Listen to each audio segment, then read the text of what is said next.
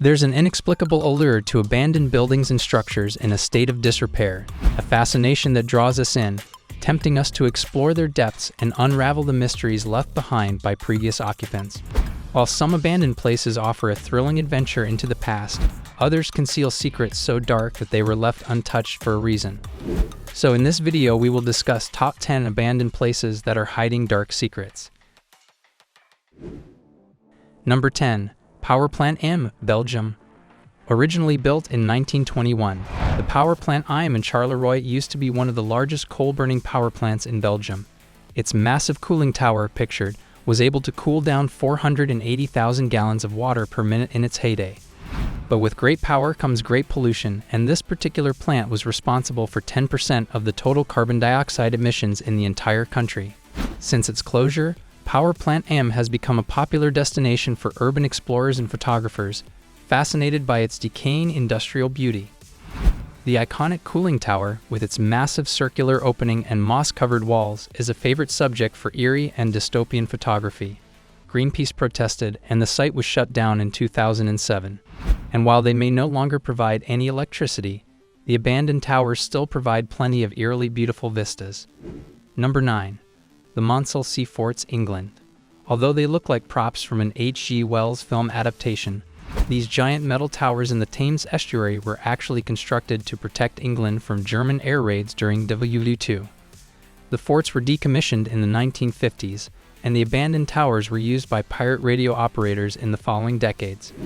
The forts were made of reinforced concrete and steel, standing on sturdy platforms above the water. After being decommissioned in the 1950s, the forts were abandoned. However, in the 1960s, some were occupied by pirate radio stations. Notably, Ruff's Tower was taken over in 1967 by Paddy Roy Bates, who declared it the Principality of Sealand, a self-proclaimed micronation. Today, many of the forts are in a state of decay, with some, like Shivering Sands, partially collapsed. However, Red Sands Fort has ongoing preservation efforts to maintain its historical significance. Sealand continues to exist as a curiosity, attracting visitors and micronation enthusiasts worldwide. Number 8. Halidovo Palace Hotel, Croatia. Halidovo Palace Hotel is clearly not of our time, but it's hard to tell exactly when it is from. The design and modular shapes feel futuristic, but the state of decay places it firmly in the past. In reality, the hotel complex was built on the island of Kirk in 1971, in a style typical of communist-era architecture. The asymmetrical concrete, the brutally modern facades, and spent a few golden decades hosting actors and world leaders visiting former Yugoslavia. When war hit in the 1990s, tourism dwindled, and the hotel hosted its last guests in 2001 before closing its doors for good. The casinos, saunas, and tennis courts have fallen into disrepair, but visitors can still appreciate the hotel's skeletal buildings, and let's face it, any day spent on a Croatian island is a good one. Number 7. Fordlandia, Brazil. Back in the 1920s, Henry Ford had grand plans to establish a rubber plantation in the middle of the Amazon rainforest. The American industrialist secured a massive plot of land from the Brazilian government and built a rather impressive micro-city, complete with a power plant, hospital, golf course, thousands of houses, and more, that he named Fordlandia.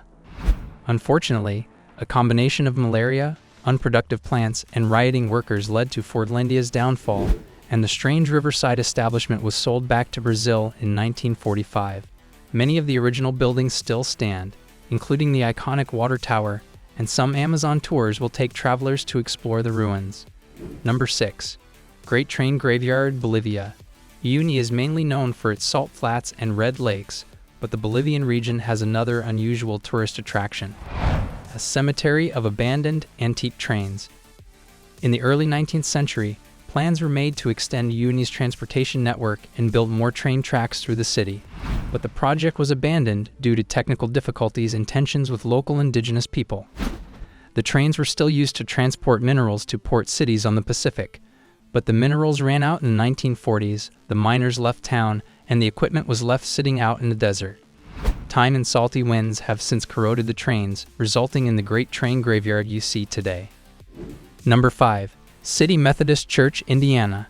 Famous for being the birthplace of Michael Jackson, Gary, Indiana, also happens to be the site of one of the prettiest and eeriest abandoned churches in the country. Originally built in 1926 with money donated by U.S. Steel, the City Methodist Church is a 9-story marvel complete with Gothic architecture, stone pillars, and stained glass windows. Over the next several decades, the steel industry continued to falter and Gary's population dwindled, and the church was completely shut down in 1975. The structure is crumbling but still beautiful today and is a popular spot for film directors. You might recognize it from movies like A Nightmare on Elm Street, or, less likely, Transformers, Dark of the Moon. That's the third one. Number 4. Gereja Ayam, Chicken Church, Indonesia. If you ever find yourself in the jungles of central Java, you might stumble upon a dilapidated church that's equal parts awesome and confusing. Gereja Ayam, also known as the Chicken Church, the church, which the architect intended to be in the shape of a dove, nice try, opened its doors in the 1990s, serving as both a rehab center and place of worship for all religions. Unfortunately, construction costs soon became too high and the project and building were abandoned in 2000.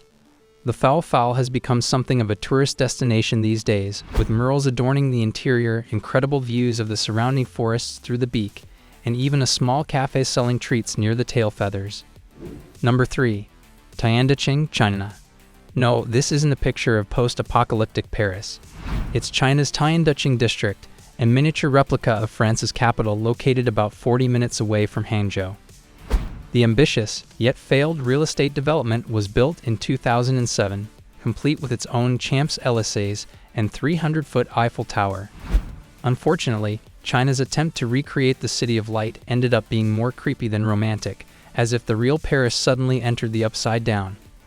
Only a couple thousand residents remain. The city was built to house 10,000, and the streets are typically empty, save for the occasional bridal party posing for Favre's Parisian wedding photos. Number 2. ASS Airfield Shipwreck, Sydney.